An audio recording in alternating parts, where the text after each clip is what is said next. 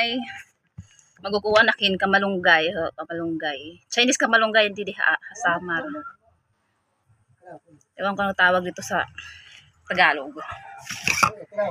Ano ko to ay hihiwain ko to ng maliliit tapos ihalo ko sa itlog para sa anak ko, sa bunso ko, kay Shubi. Hindi siya kasi kumakain ng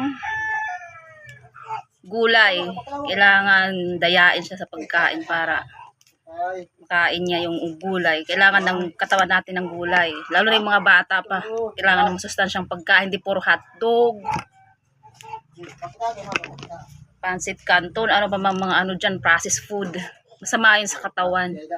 Kaya ginagawa ko talagang lahat para kumain lang siya ng gulay.